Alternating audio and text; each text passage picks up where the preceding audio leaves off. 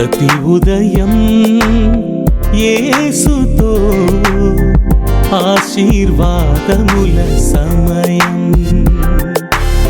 ప్రతి ఉదయం యేసుతో ఆశీర్వాదముల సమయం. రోజుకు సరిపడ జీవాహారం, రోజుకు సరిపడ జీవాహారం, ప్రతి స్థితిలోను సగు విజయం, ప్రతి స్థితిలోను సగు విజయం. ప్రతి ఉదయం యేసుతో ఆశీర్వాదముల సమయం. షలోం. ప్రభునందు ప్రేమైన వారలారా, మన రక్షకుడైన యేసుక్రీస్తు వారి ఘనమైన నామంలో మీ అందరికీ కూడా ఉదయకాలన శుభములు తెలియజేస్తూ నేటి వాక్య ధ్యానంలోనికి మిమ్మల్ని ఆహ్వానిస్తుంటున్నాను. 2వ రాజుల గ్రంథంలో 13వ అధ్యాయంలో 18-19 వచనాల్లో ఈ విధంగా రాయబడి ఉన్నది. బాణములను పట్టుకొమ్మనగా అతడు పట్టుకొనెను. అంతటా అతడు ఇశ్రాయేలు రాజుతో నేలను కొట్టమన్నప్పుడు అతడు ముమ్మారు కొట్టి మానెను. అందునిమిత్తము దైవజనుడు అతని మీద కోపగించి, నీవు 5 మార్లైనా 6 మార్లైనా కొట్టిన ఎడల సిరియన్లు నాశనమగు వరకు నీవు వారిని హతము చేసిందువు. అయితే ఇప్పుడు ముమ్మారు మాత్రమే సిరియన్లను ఓడించదవని చెప్పెను. Beloved, I welcome you in the precious name of our Lord and Savior Jesus Christ this morning, and I invite you to the scripture portion from 2 Kings chapter 13 verses 18 and 19, where it says, "And he said, Take the arrows, and he took them. And he said to the king of Israel, Strike the ground with them. And he struck 3 times and stopped. Then the man of God was angry with him and said, You should have struck 5 or 6 times, then you would have struck down Syria until you had made an end of it. But now you will strike down Syria only 3 times." ప్రభువునందు ప్రియమైనటువంటి వారలారా, ఇక్కడ జరిగినటువంటి ఉదంతం ఏందని చూసినట్లయితే, ఇశ్రాయేలు రాజు అయినటువంటి యెహోయాషు దైవ సేవకుడైనటువంటి ఎలీషా, ప్రవక్త అయినటువంటి ఎలీషా మరణకరమైనటువంటి వ్యాధి వచ్చి అతను మరణ పడక మీద ఉన్నప్పుడు అతను చూడడానికి వెళ్ళి మొదటిగా కాస్త ముఖస్తుతి చేసి ఆయన గురించి కాస్త కన్నీరు విడిచినప్పుడు ఎలీషా వండుకొని, సిరియన్ల మీద నీకు దేవుడు తప్పకుండా విజయాన్ని ఇస్తాడు, అయితే నేను చెప్పినట్టుగా నువ్వు చేయాలని చెప్పి క్లుప్తంగా చెప్తున్నాను అని చెప్పి అతన్ని వింటిని బాణములు తీయమంటాడు. అప్పుడు వింటిని బాణములు తీసినప్పుడు వింటిని ఎక్కుపెట్టమంటాడు. వింటిని ఎక్కుపెట్టినప్పుడు యెహోవాషు చేతుల మీద ప్రవక్త అయినటువంటి ఎలీషా కూడా తన చేతులు పెట్టి తూర్పు వైపు ఉన్నటువంటి కిటికీని తెరవమని చెప్పి ఒక బాణమును ఆ తూర్పు దిశగా వేయమన్నప్పుడు మాట ప్రకారము, ఎలీషా మాట ప్రకారము యెహోయాషు బాణం వేస్తాడు. అప్పుడు ఎలీషా అనేటువంటి పలికినటువంటి మాట ఏంటంటే, బాణం వేయమని చెప్పగా అతడు బాణం వేసెను. అతడు, ఇది యెహోవా రక్షణ బాణము, సిరియన్ల చేతిలో నుండి మిమ్మల్ని రక్షించు బాణము, సిరియనులు నాశనమగునట్లు నీవు అఫెకులో వారిని హతము చేయుదువు అని చెప్తాడు.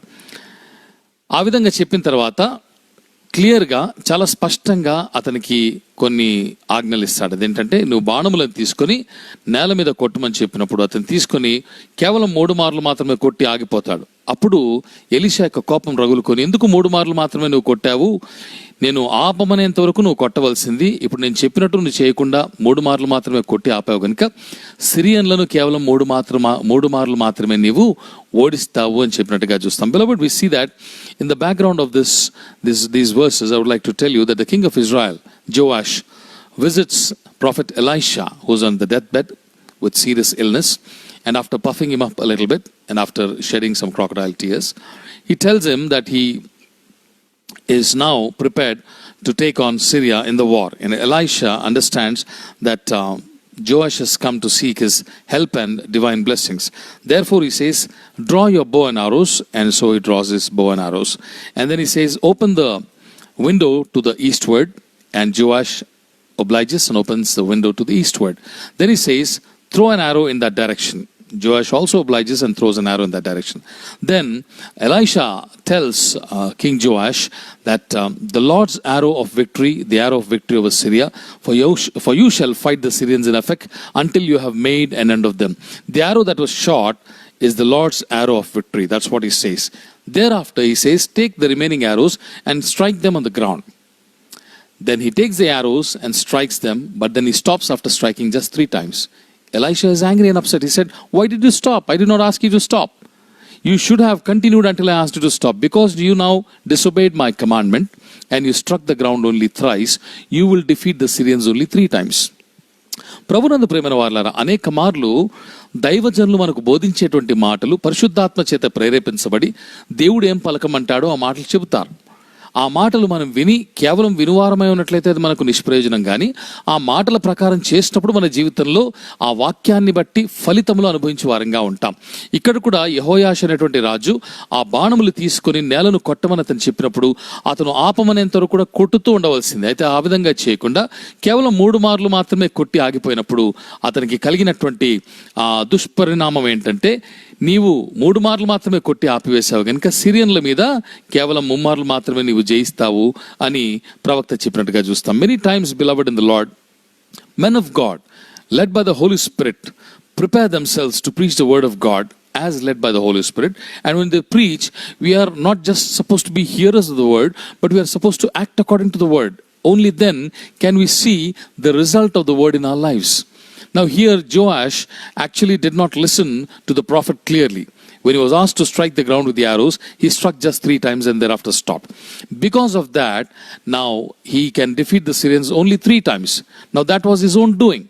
కాబట్టి చాలా మార్లు దేవుని యొక్క సేవకుడి యొక్క పని ఏంటి అని చూసినట్లయితే, దేవుని మనస్సు నెరిగి ఆయన ప్రజలకు ఆయన మాటలు బోధించాలి. దాని కొరకు చాలాసార్లు రాత్రింబవళ్ళు నిద్రలు మాని పగటి వేళల్లో కూడా తమ స్వంత పనులు మానుకొని అనేకమైన విషయాల్లో ఎన్నో త్యాగాలు చేసుకుని దైవ సేవకులు గంటల తరబడి వాక్యాన్ని ధ్యానించి మంచి ఆహారాన్ని సిద్ధపరిచి దేవుని సేవకులుగా దేవుని ప్రజలకు వినిపిస్తారు.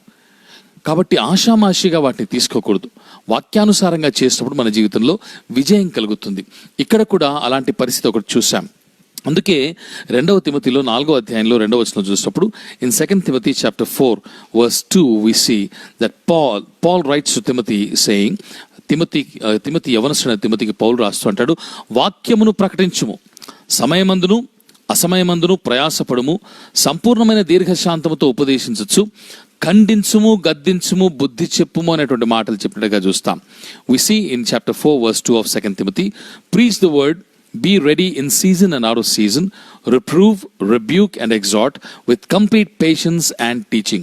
కాబట్టి దైవ సేవకుడు మరి గద్దించినప్పుడు, సంధించినప్పుడు దేవుని మాటల ప్రకారం మనం చేయవారంగా ఉండాలి.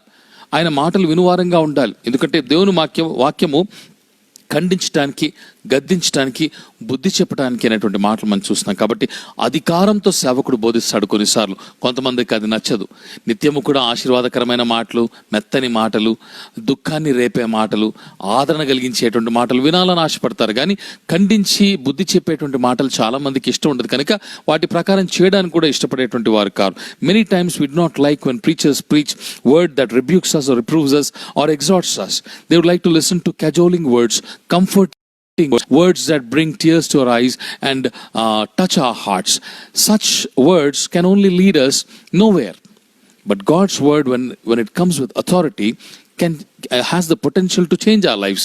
దేవుని వాక్యం శక్తి గలది కనుక అది మన జీవితాన్ని మార్చున్నట్లు కొన్నిసార్లు అధికారంతో బోధించినప్పుడు వాక్యానుసారంగా మనము ప్రవర్తించే వారమై ఉండాలి. చాలా మార్లు క్రైస్తవులు కానటువంటి వారు, క్రైస్తవేతరులు, అన్యులు దేవుని మాటలు విని వాక్యానుసారంగా ప్రవర్తించేవారుగా ఉంటున్నారు. కానీ దౌర్భాగ్యవశాన చాలామంది క్రైస్తవులు మాత్రము దేవుని మాటలు సేవకులు బోధించినప్పుడు లక్ష్య పెట్టని వారుగా ఉంటారు. కేవలం ఏదో వాక్యం విన్నాం, మాకు కూడా తెలుసు, లేకపోతే విన్నంత మట్టుకు చాలు అనుకునేటువంటి వారు చాలా మంది ఉన్నారు. చూడండి, ఒక చిన్న ఉదంతం చెప్తాను. 2వ రాజుల గ్రంథంలోనే 5వ అధ్యాయంలో మనకు అందరికీ తెలిసినటువంటి ఒక ఉదంతము. అక్కడ 1 నుంచి 14 వచనాల్లో చూసినప్పుడు సిరియా దేశపు సైన్యాధిపతి అయినటువంటి నామాన్, ఇక్కడ కూడా సిరియాకు సంబంధించినటువంటి మాట చూస్తాం. నామాన్ అనేటువంటి, లేకపోతే నయమాన్ అనేటువంటి వ్యక్తికి కుష్టి వ్యాధి వచ్చినప్పుడు తన భార్య దగ్గర పరిచర్య చేసేటువంటి ఒక దాసి అయినటువంటి చిన్నది షోమ్రోన్లో ఉన్నటువంటి ప్రవక్త అయినటువంటి వారి దగ్గరికి నా యజమానుడు వెళ్ళినట్లయితే అతడు ఖచ్చితంగా స్వస్థత పొందుతాడని చెప్పినప్పుడు ఆ మాటల్ని బట్టి తన భార్య చెప్పినప్పుడు నయమాను తన రాజు ద్వారా ఇశ్రాయేల్ రాజుకు వర్తమానం పంపించి అతడు ఎలీషాను కలవటానికి వెళ్తాడు. అప్పుడు ఎలీషా తన దాసుని పంపించి, సేవకుడిని పంపించి యోర్దాను నదిలో 7 మార్లు స్నానం చేయమని చెప్పమంటాడు. ఆ మాట విన్నప్పుడు నయమానుకు చాలా కోపం వస్తుంది. అతడు సైన్యాధిపతి, దమస్కులో అబాను అలాగే ఫర్ఫర్ అనేటువంటి మంచి శ్రేష్టమైన నదులు ఉన్నాయి.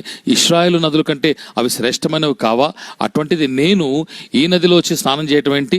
మా నదిలోనే స్నానం చేస్తే నేను స్వస్థత నొందనా అని చెప్పి కోపగించుకొని వెళ్ళిపోబోతాడు. అప్పుడు నయమాని యొక్క దాసుడు తన్ని మందలించి కాదు, బుజ్జగించి, అయ్యా, ఆ సేవకుడు చెప్పినటువంటి మాట చాలా యుక్తమైనది. ఎందుకంటే ఇంతకంటే నువ్వు పెద్ద పని చేయమని చెప్పినప్పుడు, ఇంతకంటే గొప్ప కార్యం చేయమన్నప్పుడు ఒకవేళ అతను చెప్తే నువ్వు చేయకుండా ఉంటావా? అంతకంటే సులువైనది మేలేందే చెప్పాడు కదా స్నానం చేయమని, చేస్తే తప్పే ఉంది, ఒకసారి చేయమన్నప్పుడు అతడు వెళ్ళి యోర్దాను నదిలో 7 సార్లు మునిగినప్పుడు పసిపిల్ల వంటి దేహం వలె దేహం మారిపోయినట్టుగా, కుష్టి వ్యాధి నుంచి అతడు శుద్ధీకరించబడినట్టుగా చూస్తాం. కాబట్టి అన్యుడై ఉండి ఒక ప్రవక్త మాట విన్నాడు, దేవుని సేవకుడి మాట విన్నాడు. Many times non Christians, unbelievers, they listen to words of God when a servant of God preaches them, and they do accordingly, and they find the fruit of that in their lives. One such classic example is that of Naaman. We see in chapter 5 of 2 Kings, Naaman, who was the commander of the army of the king of Syria, was struck by leprosy. And one of the maids who's working or who's serving his wife tells him that would that my lord were with the prophet who is in Samaria, he would cure him of his leprosy. After listening to the little girl's advice through his wife, Naaman decides to go and meet Elisha. Finally, when he meets Elisha sends his messenger and asks him, or commands and instructs him, to take bath or wash himself in River Jordan. But Naaman is very angry. He says, are not Abana and Farfar, the rivers of Damascus, better than all the waters of Israel? Why should I take bath here? I would rather go back to Damascus and take bath and get myself cleaned in those rivers. But then one of his servants pleads with him, saying that if the prophet had asked you to do a greater thing, would you not have done it? This is much simpler than that. Why don't you oblige him? And thereafter Naaman goes and dips himself 7 times in the river Jordan, and his flesh becomes like that of a little child and is restored to his previous condition, totally healed from leprosy. కాబట్టి చాలాసార్లు అన్యులైన దేవుని సేవకులు చెప్పేటువంటి మాటలు వింటారేమో కానీ క్రైస్తవులు విననొల్లని వారిగా ఉంటారు. అందుని బట్టి తమ జీవితాల్లో సత్ఫలితాలు చూడని వారిగా ఉంటారు. కొన్ని మాటలు కొంతవరకు వింటారు. యెహోవాషు కూడా మొదటిగా తూర్పు దిక్కున బాణం వేయమన్నాడు. ఎందుకు వేయమనంటే తూర్పు దిశను ఉన్నటువంటి ఇశ్రాయేలుకు చెందినటువంటి కొన్ని ప్రాంతాలను సిరియా రాజు అయినటువంటి బెన్హద్దతు కైవసం చేసుకున్నాడు. కాబట్టి అటు దిక్కు దేవుని యొక్క రక్షణ బాణంగా నీవు వేసినట్లయితే ఆ ప్రాంతాలన్నీ కూడా నువ్వు సొంతం చేసుకుంటావు అంటాడు. అటు తర్వాత మిగతా బాణాలని కొట్టమన్న దగ్గర మాత్రము అతడు నిర్లక్ష్య వైఖరిని అవలంబించి కొట్టకపోవడాన్ని బట్టి ఏం జరిగిందో చూడండి. అదే అధ్యాయంలో 25వ వచనంలో దాని యొక్క పర్యావసానం చూస్తాం. అక్కడ రాయబడినటువంటి చివరి మాట ఏంటంటే, యెహోయాషు అతని ముమ్మారు జయించి ఇశ్రాయేలు పట్టణములను మరలా వశపరుచుకొనెను. కేవలం 3 మార్లు మాత్రమే ప్రవక్త చెప్పినట్లుగా జయించినట్టుగా చూస్తాం. Whatever the prophet had spoken had come true. In the chapter 13 of 2 Kings verse 25 towards the end, we see that 3 times Joash defeated him and recovered the cities of Israel. Just because he disobeyed the prophet of God, he had to win only 3 times. Had he listened to the prophet, according to his instructions had he done, he would have won over Syria every time that he would have attacked them. కాబట్టి ప్రియమైన వారలారా, చివరిగా యాకోబు పత్రిక 1:22 చూసినప్పుడు, మీరు వినువారు మాత్రమై ఉండి మిమ్మును మీరు మోసపుచ్చుకొనకుండా వాక్య ప్రకారము ప్రవర్తించి వారై ఉండుడి అంటాడు. In James chapter 1 verse 22 he says, but be doers of the word and not hearers only, deceiving yourselves. కాబట్టి ఉదయకాలంలో ప్రభు అంటున్నాడు, అనేక మార్లు నా సేవకుల ద్వారా మీకు అనేక విషయాలు బోధిస్తున్నాను. వారు సిద్ధపడి ఆత్మ ప్రేరేపణతో అందించే వాక్యములు మీరు కేవలం చెవిని పెట్టువారుగా ఉంటున్నారా, మనస్సును లక్ష్య పెట్టి దాని ప్రకారము ప్రవర్తించేవారుగా ఉంటున్నారా? మిమ్మల్ని మీరు ప్రశ్నించుకొని మీ జీవితాలు సరి చేసుకోమని చెప్పి దేవుడు హెచ్చరిస్తున్నాడు. కనుక ఆ విధంగా ఉండినట్లు పరిశుద్ధాత్మ దేవుడు మనకు సహాయం చేయనుగాక. రండి ప్రార్థన చేసుకుందాం. ప్రేమగల మా ప్రియ పరలోకపు తండ్రి, దయగల మా ప్రభువానికి స్తోత్రాలు.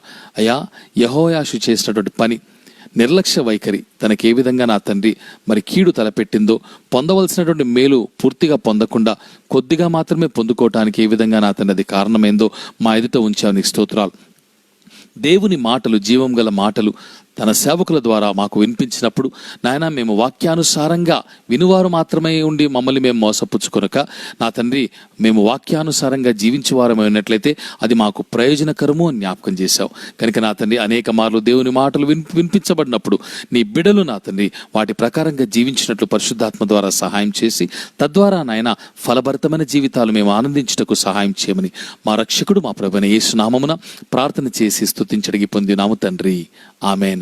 ప్రభు మిమ్మల్ని దీవించి ఆశీర్వదించి తన ఆత్మచేత బలపరచునుగాక. షలోం.